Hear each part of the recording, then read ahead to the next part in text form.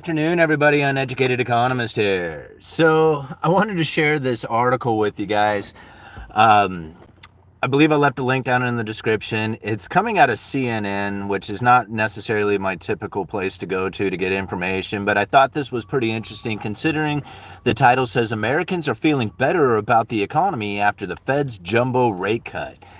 And now I'm thinking, why would they be feeling better about the economy? I mean, it's not like market conditions have gotten easier for them. It's not like things have gotten into a better position that would have them feeling better. There is no real reason out there for the Americans to feel better. Like everything right now is very questionable. The Federal Reserve is not exactly in a position in which that has the economy rocking and rolling, or belief that the economy is rocking and rolling. But yet somehow the state of, or the University of Michigan has a survey that says, yeah, the Americans are feeling better about the economy. Now, this is what it goes on to say. This is quoted. This month's increase was primarily due to modest improvements in buying conditions for durables, in part due to easing interest rates. And now I thought, wait a minute. After the Federal Reserve cut rates, all interest rates started moving up. So the University of Michigan says, and the latest consumer survey released Friday showed that sentiment rose in October for the third consecutive month, reaching its highest level since April. Americans' expectations for inflation rates in the long run also edged lower this month. So apparently, the Americans are feeling better about the inflation coming down, and this is enough to actually have it into a part where they feel better about the economy. Like, I'm finding that very confusing. It's almost like they're trying to convince themselves than they are anybody else. The Federal Reserve last month cut interest rates for the first time in more than 4 years, it goes on to say here, by a bold half a point, in part thanks to the inflation coming under control. Lower borrowing costs makes it cheaper for Americans to shop for American shoppers to buy durable goods such as appliances, cars, and furniture. But yet that's not what happened. That's not what's taken place. In fact, it's quite the opposite. Goes on to say, but sentiment isn't always a good predictor of actual spending behavior. The government's latest report on retail spending out last week showed that the sales of durable goods declined in September. And a separate report released Friday showed that new orders for durable goods placed with U.S. factories fell by 0.8% in September. So much for the resurgence of manufacturing here in the United States. I find this article very misleading. Even though it goes on to quote here, even though lending rates haven't started to drop, consumers know that should be coming with the Fed rate cuts. Well, yeah, they know that, but is it the truth? I mean, it was been projected out there through the mainstream media that when the Federal Reserve cuts rates, mortgage rates were going to come down, interest rates were going to come down for all kinds of items, but they didn't. They went the exact opposite way. So even though the lending rates haven't started to drop, they didn't start to drop, they went up, consumers know that they should with the Fed rate cuts, which is not happening, right? I mean, yeah, sure, you can say it out loud. When the Fed cuts rates, that's going to make it easier market conditions out there. But then you look at the situation right now, and quite opposite is taking place. So you can theorize it, you can say it all day long, but the reality of the situation is much different. Right? Like, they might be feeling better about it, but that's just a feeling. Feelings aren't facts, right? Goes on to quote here, added to the already strengthening spending, lower rates and increasing consumer sentiment could be the backbone of the seventh inning economic surge, which I just find just completely hilarious. It goes on to say here, what else does it say? Oh, University of Michigan report also showed that the sentiment among Republicans soared last month, or later this month, due to the rising bets that former President Donald Trump will win the upcoming presidential election, while sentiment among Democrats soured a bit. Right? See, this is what I find interesting about these articles, is that everybody is under the impression that they know how the Federal Reserve operation is going to make the market conditions so much better for them, but yet when it takes place, it's quite the opposite, and now they're still stuck on their story that the lowering of rates is somehow going to stimulate the economy. It's not. The lowering of rates right now, if anything, can make the economy less restricted, but they're in a restrictive monetary policy. There is no easing. The moment that an economist or anybody believes that the Federal Reserve is easing market conditions, they're not. They're making it less restrictive. There's two different positions, right? Easing is when you're actually easing into the economy. That means you're below the neutral interest rate significantly. But if you're above the neutral interest rate, which is the rate that is neither accommodating nor restricting the economy, if you're above that, you're restrictive. So even lowering rates right now, even if they were to lower 2 percentage points or 3 percentage points, they would still be in a restrictive economy because they would be significantly above the neutral interest rate. Now, one of the other articles I came across, and this is like, I don't even know if this is what publication this is, Eco News, Ticis, TICIAS. I don't even know who made this. Here, let me show you the website. Here you go. This is what I'm looking at right now. Okay, and now the reason why I brought this up is because it just happened to pop up in my feed, and I was reading through it, and this is a very interesting article to read because there is so much misinformation within it. Now, mainly it's this part right here. It says high interest rates not a bad omen, right? This is part of the article. It says, while homeowners might be stressing about covering additional mortgage expenses, the increased interest rates are actually a good sign in the state of the economy. It goes on to quote, if the economy continues to outperform expectations, then you're likely to see rates come down slowly, said Gerald Cohen, chief economist at the Kenan Institute of Private Enterprise at the University of North Carolina.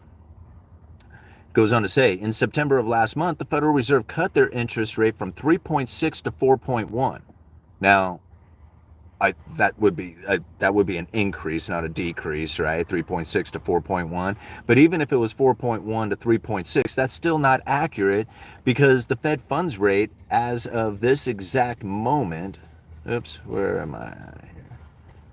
Is 5.13. Right? That's the effective fund rate, not anywhere near the 3.6 or 4.1 that this article is trying to portray. I'm not sure what interest rate that they're referring to on that. But anyway, let me get back into it here. Goes on to say, cut their interest rate from 3.6 to 4.1. The last time the Federal Reserve changed interest rates was 4 years ago. The change in the Fed funds rate indicates that the Federal Reserve is confident that the economy is combating inflation and switching strategies to prevent a recession. While this means a jump in mortgage rates some words, right? Some words. I'm surprised that I even have a YouTube channel as popular as this, considering I can't speak the English language.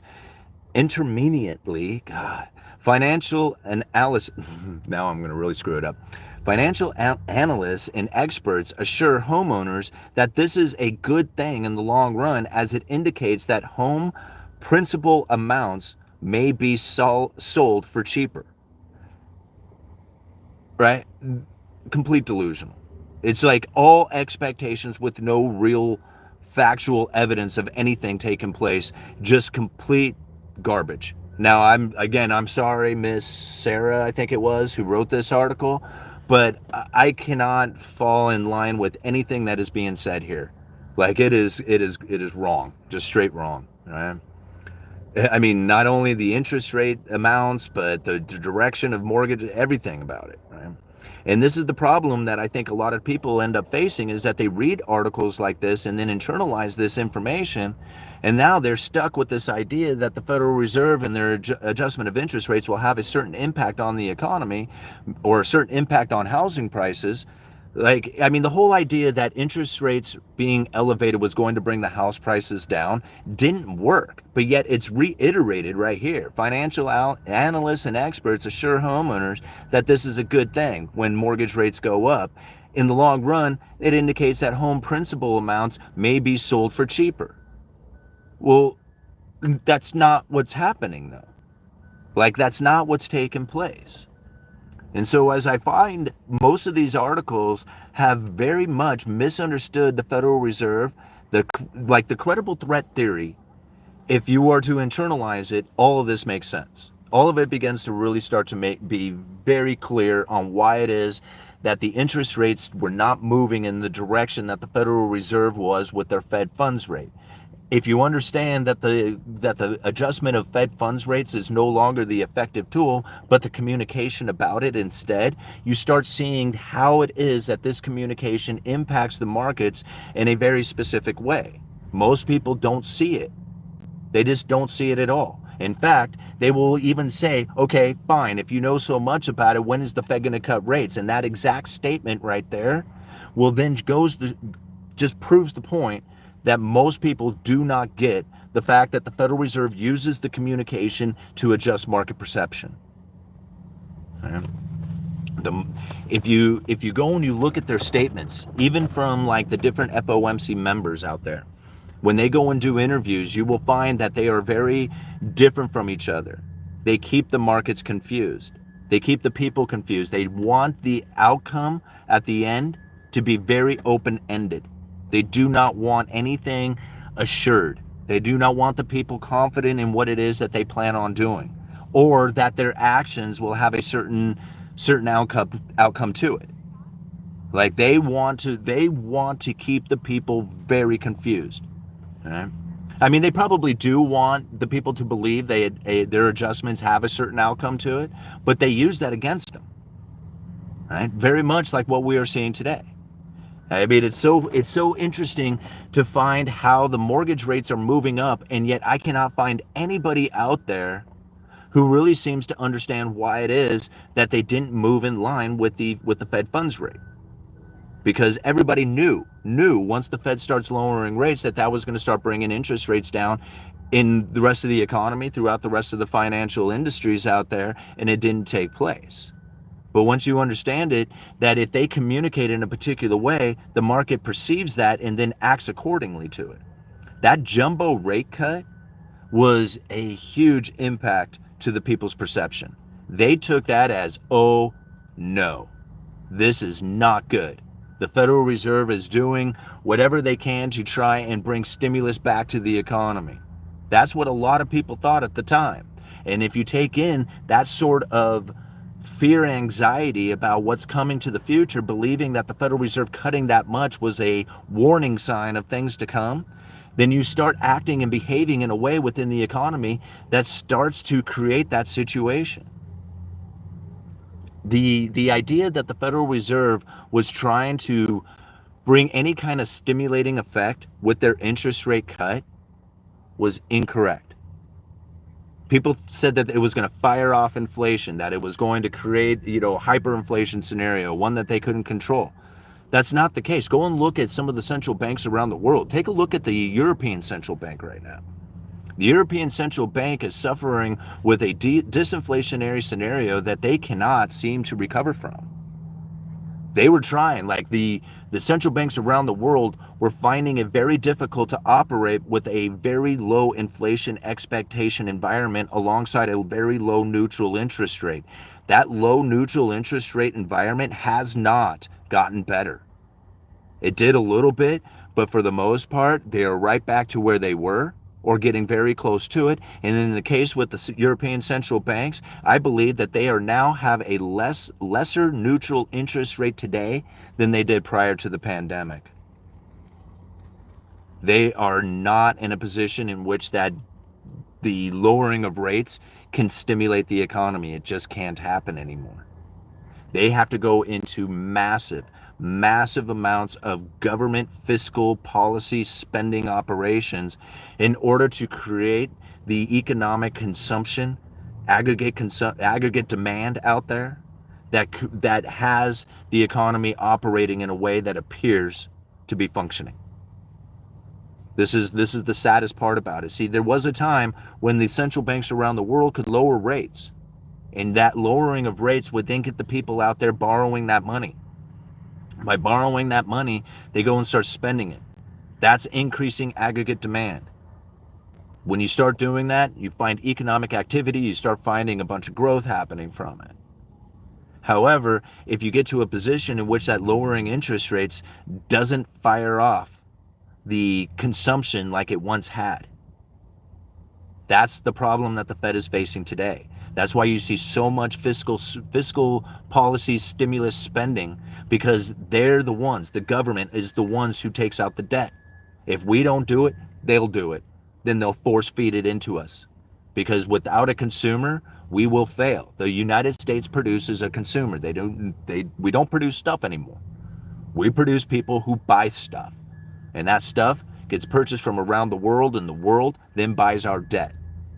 And that's the unfortunate circumstances that we are now in. And most of these economists or people who are writing these articles and stuff, they don't bring this up. They don't bring up the idea that the Federal Reserve is stuck at a monetary policy that doesn't stimulate the economy with the adjustment of rates. They do not speak of that. In fact, they probably just don't even know. I don't even know if like the politicians know about it, because I hardly hear them talking about it either. They seem to think that they're so smart that they can, like, tell the Federal Reserve that they can operate in a particular way that's going to be functioning for everybody out there. Like they know. Right? I mean, here the Federal Reserve admits it straight up. We have a monetary policy that failed us at the lower bound of zero. The neutral interest rate, being as low as it is now making it impossible for the Federal Reserve to stimulate the economy with the lowering of interest rates. So it all comes down to how it is that they get that money out there into the system. If you're not going to borrow it, it's going to get force fed. Right? This is one of the reasons why you hear so much talk about UBI coming. It's not to try and lower inequality. It's try to keep the system functioning. If you don't borrow the money, again, how is it going to happen? It's not. It's going to be force fed. Here you go. Here's your UBI. Go out there and spend that money. And what's going to end up happening when you have new money come into the system? You're going to have a separation between the rich and the poor. All right, let's read through some of these comments here. All right. That's the feds. Okay. Let's see here. Let me cruise up here a little ways and find some. Benny. All right, let's talk Benny. Then they will turn around and tell you should be okay that Andrea, because without migrant labor, it would be 2 to 3 times more expensive. That's what they call price expectation anchoring. All right. Let's see. Benny says, to Joseph, my unit expanded by charter. Benny's just going off here. Let's find some other. All right, Benny, I can't just have you hogging it all. Okay, Joshua, I'm doing very well with my money, but only spend about $1,000 a month in expenses. I feel no need to jump into luxuries. I'm chilling. And that's the best way to be, Joshua, because it's the move into luxuries that really is the downfall to everything that we're experiencing out here. I mean, most people don't realize that it's their higher standard of living that is literally destroying the economy, in the sense that the inequality gets worse. Okay? Now, I mean, again, like this isn't something that I wish or hope or dream or want something to be different about. It's just the economic forces that are out there, right? To understand that if you are a strong economy, you must be a producer, manufacturer, saver. That's what produces a strong economy. Now, if you are moved beyond that, where your standard of living, your expenses, your luxurious life is no longer competitive to produce at the same level that somebody else can produce at, or at the same price, same lower prices as somebody else can produce that for, then you have to compete against that. There's no competition, all right? They are just going to always beat you. So now you're stuck in an area of like the economy is just like, okay, so how do we do this? How do we fix it? How do you bring a strong middle class back? How do you bring manufacturing back? How do you, have that American dream that everybody so anticipates that hard work would provide for them? How do you bring that back? Well, you got to be a producer saver, not a consumer debtor. Everybody's a consumer debtor. The entire nation is built off of consumption and debt. There is no bringing that manufacturing production savings back in a meaningful way. Like you as an individual can do it, right? To be industrious yourself and be a producer saver and don't move into luxuries and live that life yourself.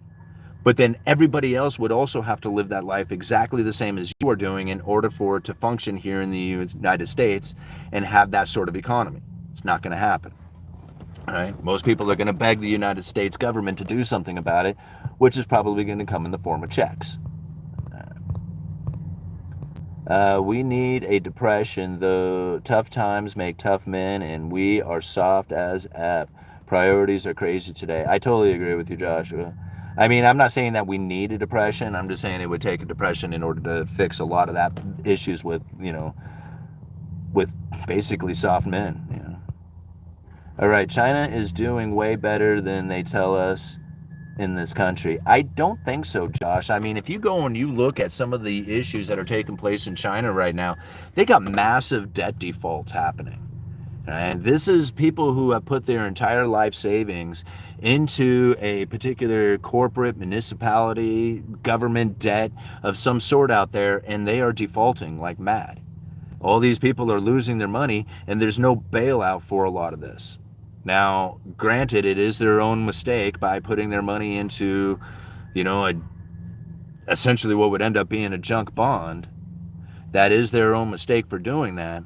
But it's not like these people are awesome doing well. China is suffering the consequences of a deflationary scenario, very much disinflationary scenario. Manufacturing is moving out.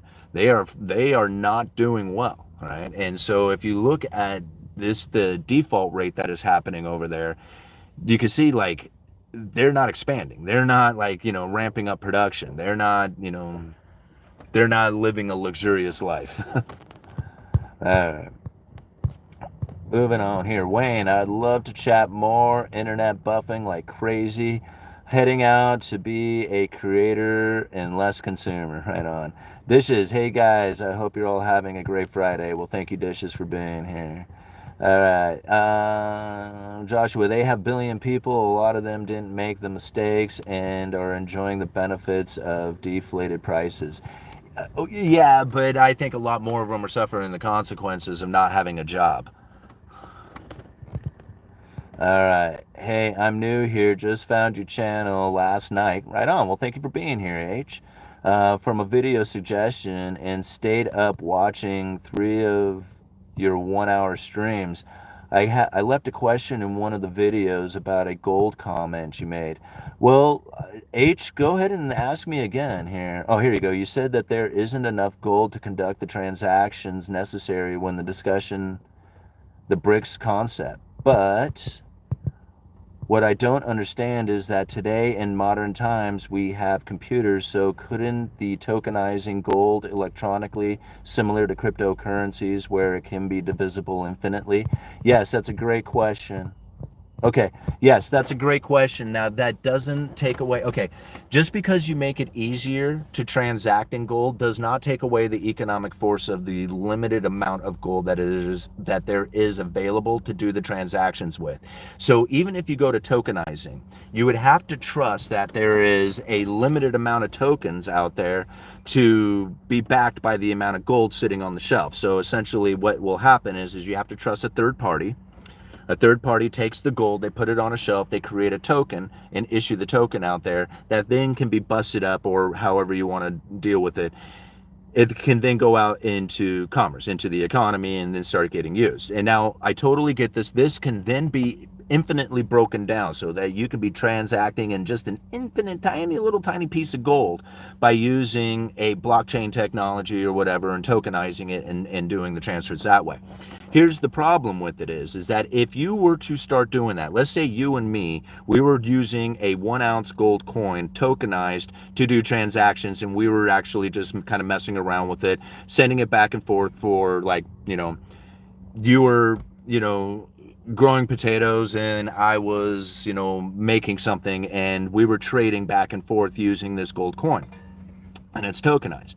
Well, that's cool, right? So there's a certain amount of product that you were making, a certain amount of product that I was making, and we have this sold between the two of us.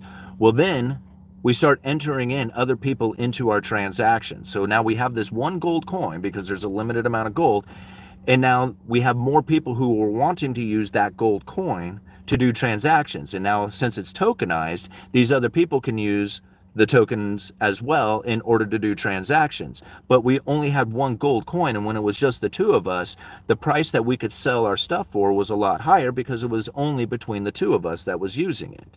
right? So we had a lot more gold, and the tokenizing of that gold can then be used in a fashion that was limited just to us. But when you start incorporating more people into it, now you have to take that gold coin and break it into more tokens in order for those people to join in on those transactions, which means that we are going to be limited on how much gold we can transact with, because they're going to be using it as well.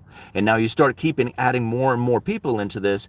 Our products that we originally were getting half an ounce for or a quarter ounce for, because it was just between the two of us, now has to be divided up amongst hundreds of people, which means that we're not going to even get a fraction of that gold coin any longer, even if it's tokenized. We have to share it with ever increasing amounts of people, which means that we have to constantly lower our price on how much it is that we are going to receive for our products. The more people you incorporate into this, the lesser amount of gold that you're going to be able to ask for, because everybody is sharing it.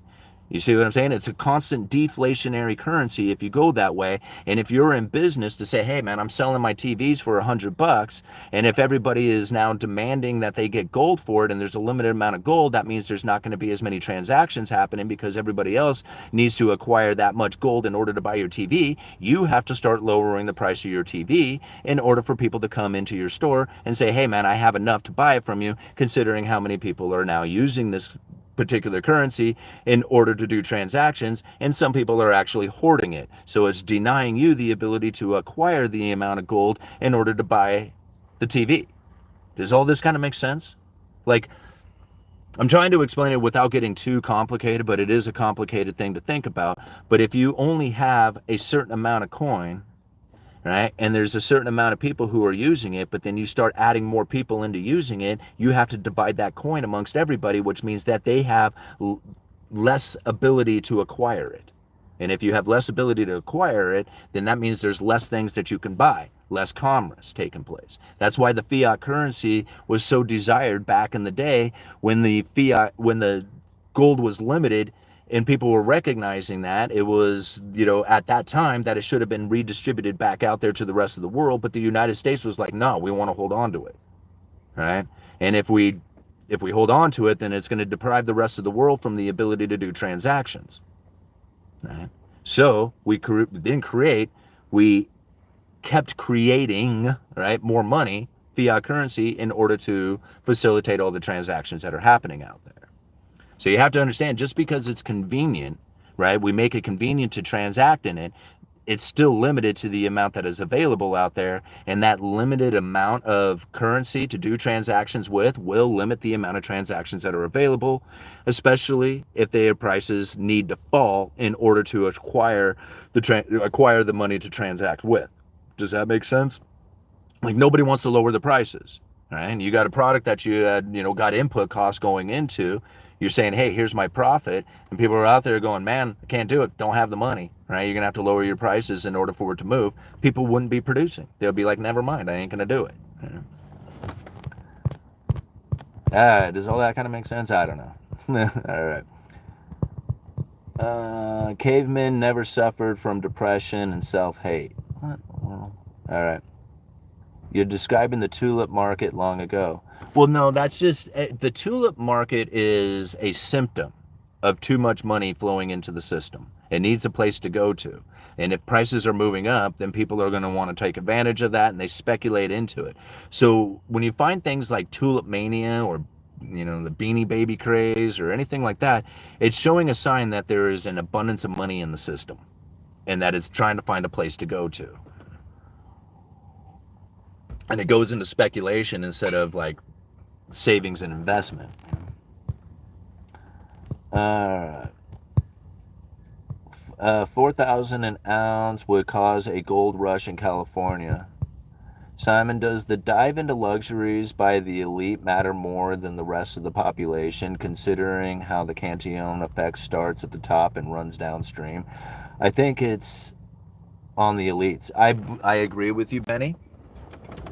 I agree with you in a lot of sense that it's evidence of it taking place. Now, there wouldn't be a Cantillon effect if people didn't enjoy their money. Like, that's hard to kind of, try to visualize or conceptualize, is that you're going to work really, really hard acquire a lot, like acquire a big savings, all this, and then say, yeah, I'm not going to enjoy this. I'm going to take it and I'm going to invest it back into production. I'm going to put it into savings. I'm not going to enjoy this money. And I'm going to continue to work hard. And I'm not going to take out any debts or anything. Like, this is not typical human nature. So when people have acquired, especially when you have a fiat currency where you have a continuous increase in the money supply, well, then that new money that comes in is going to find its way. It's going to find its way into the hands of a few, because that's the way that money flows, right? It doesn't flow to the many, right? Even if you give it to the many go and dump it into frivolous spending, not into production and savings, right? They dump it into, good times, and then dumping it into good times, it eventually finds its way back up to the top. So there's no reversing the expectations that human nature is going to want to use their hard work to have a better life. You can't stop that from happening. Now, when you think about the rich elite who have, a $25,000 toilet or something like that, and they buy these luxurious items, that is clear evidence of it happening. That is clear evidence of the Cantillon effect happening. They have so much money, they don't even know what to do with it. They just spend it on whatever they want. Now, how they spend that money makes a huge difference. If they buy that luxurious item from a foreign nation, then that sends money out of the United States. But if they buy that luxurious item from production of the United States, then it keeps that money inside. The only problem with it is that the luxurious items that are produced here in the United States have competition. Right? So if you have a competitor out there that says, hey, I'm going to build a similar product to the one that you got, natural human behavior says, well, what am I going to do? Buy the expensive one that's domestically made, or buy the one that's almost as good that's foreign produced? Right? The foreign production. And again, the money leaves. It's just the unfortunate circumstance. Like, a lot of times people want to try and figure out a way to fix it. You can't fix it. You have to understand it for what it is and understand why it's occurring the way it is. I mean, it still blows me away that a couple of years ago, people were arguing with me, talking about how all this manufacturing was going to come back to the United States due to the government subsidies and tariffs and, reinvestment acts and all this other stuff. And I was just like, no. I mean, it might bring it back in a way that says, hey, we did it, but it's not going to be so significant that it actually makes any kind of difference. Right? And in fact, like, from what I understand, that a lot of this money that was supposed to go to these companies so that they could bring manufacturing or keep manufacturing here in the United States couldn't meet the criteria that the government was asking them for, and they gave them the finger on it and says, never mind, we're leaving anyway. Right? I mean, we were going to take your money, but you're asking us to, meet all these criteria that we're just not going to do. So never mind, we're gonna ship out. All right. What time is it? Alrighty, guys, I got like another 5 minutes here. I gotta quit. Thank you all for being here. Thank you for hitting that like button. We got 279 people watching with 65 likes. If you're enjoying the video, go hit that like button. All right. They smoke and go to the moon. Clearly, you have never have. I don't smoke, for your information, but I would if I could. Alcoholism is way worse. Alcohol is bad. More weed shops than grocery stores in Portland, Oregon. Yeah, there's more weed shops here in Astoria than there is grocery stores. All right.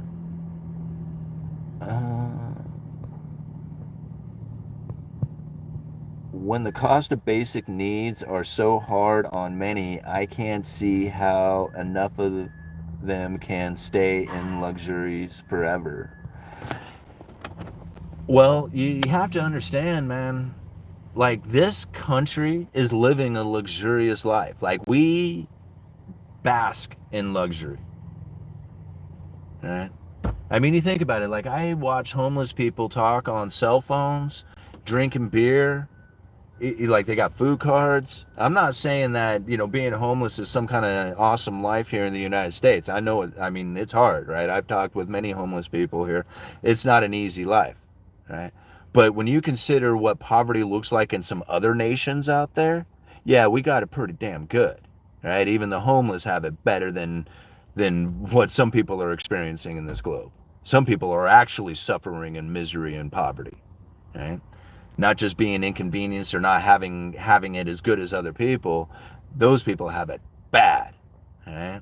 So here in this country, we actually live a pretty luxurious life, right? As far as like, yeah, it's a struggle. It's hard to make it every single month, but there's food, there's communications, there's transportation, right?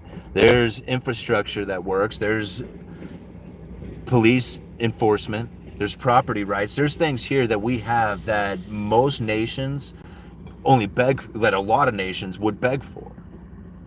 We have luxuries that nobody gets to experience, right? And that's like, it's hard for a lot of people to grasp that, because it's so difficult out here right now to try and make it in a way that seems reasonable to be an American. It's like, man, if I go to a 9-to-5 job every single day and I'm dedicated to it and I do my job and I get paid a reasonable wage, then I should be able to acquire the things that has me with a wife and a kid and retirement and a car and vacations and all the stuff. It seems reasonable that if I put 9-to-5 every single day that I should get that. It doesn't work anymore. Right? It doesn't work like that. I wish it did, and I wish there was a way that we could go back to it. But going back to that sort of life means that we have to be a producer-saver nation. We're not that. That means we cannot have the luxurious lives that we live. Who's going to give it up? Nobody, right? So it's best to understand it for what it is and know that if you want to separate yourself from the poor, that you have to put in an incredible amount of effort, not only at your 9-to-5 job, but at your side hustles and everything that you're doing out there. It's difficult to make it, and it's not going to get easier.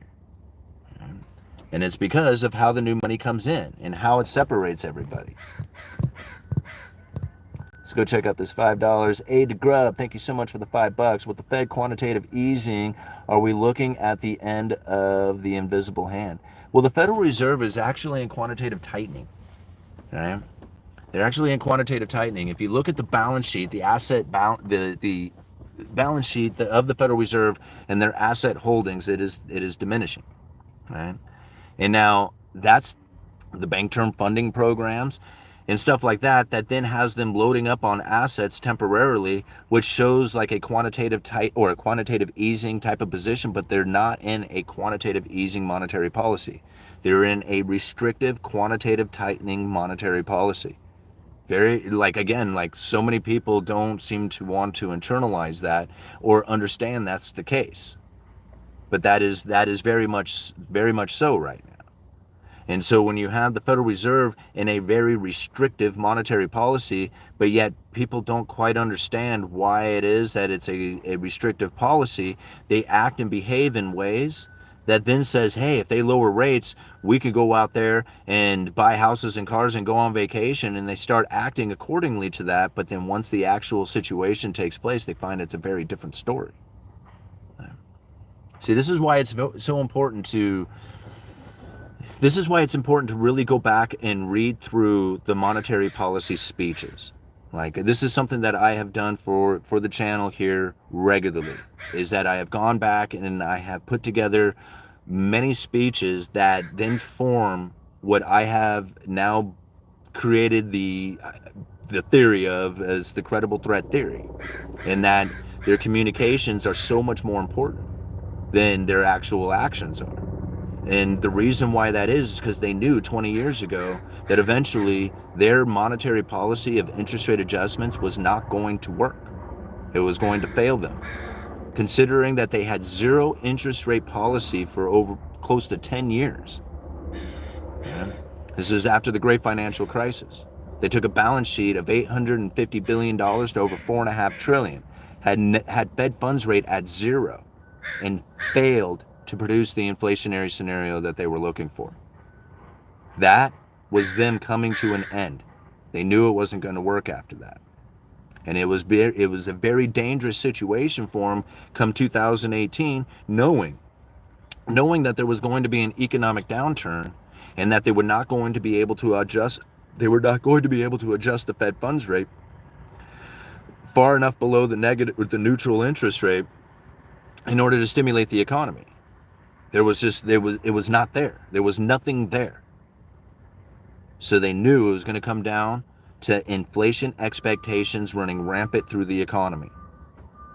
So when it came to quantitative easing and the severing of the supply chain, the combination of the two, giving everybody a check and saying, here, go out there and spend this money, and at the same time, they severed the supply chain saying, hey, don't distribute, don't manufacture. All right? Well, then what ends up happening? You have a bunch of people who go out there, buy all the stuff. Now there's a limited amount of stuff out there. Everybody remembers the shortages. You got supply-demand imbalances. You got an inflation expectation that is elevated. And this is totally in line with what it is that the Federal Reserve needed in order for them to have their monetary policy. Once you have an elevated inflation expectation, they got all the reason in the world to raise the interest rates, to raise the Fed funds rate. Now they've got the Fed funds rate up at 5.5%, or now at whatever, the 4.13, I think is what the effective fund rate is right now. When you have it at 5%, you have this ability to then put the psychological impact into the people out there, into the markets that says, hey, we're going to lower rates and it's going to be awesome. It's going to really push the economy. It's going to send people out there buying houses and cars and taking out the mortgages and all this other stuff once the Federal Reserve starts to lower rates. Once they do it big. And for an entire year, they pushed that information out there and it actually worked. It lowered rates. It took the mortgage rates from 8% down to almost 6%.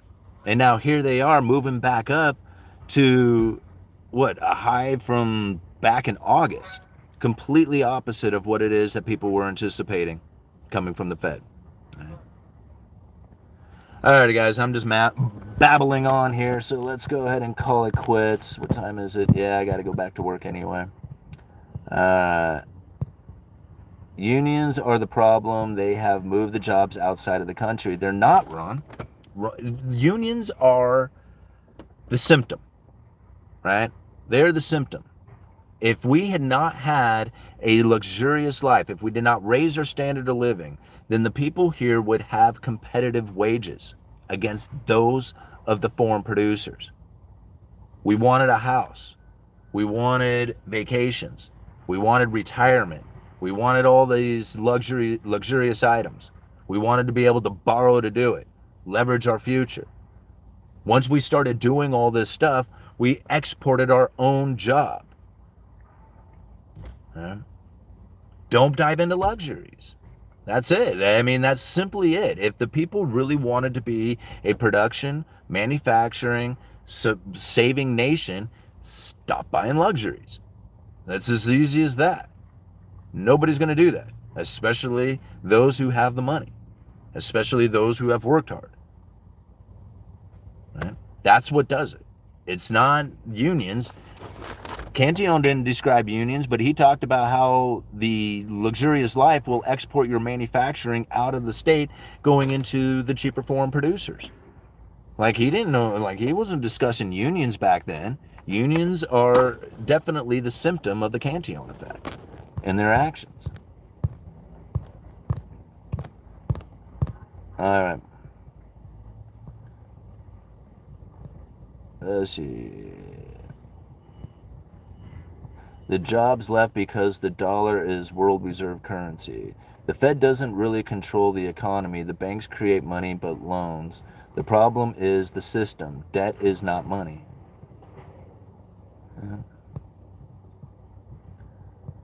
All right. Unions would make me $11 more an hour. All right. Investing and saving is a luxury. Well, I guess. I mean, I guess however you want to look at it. Alrighty, guys, this was fun. I gotta go. Uneducated Economist, you let me know. Go hit the like button.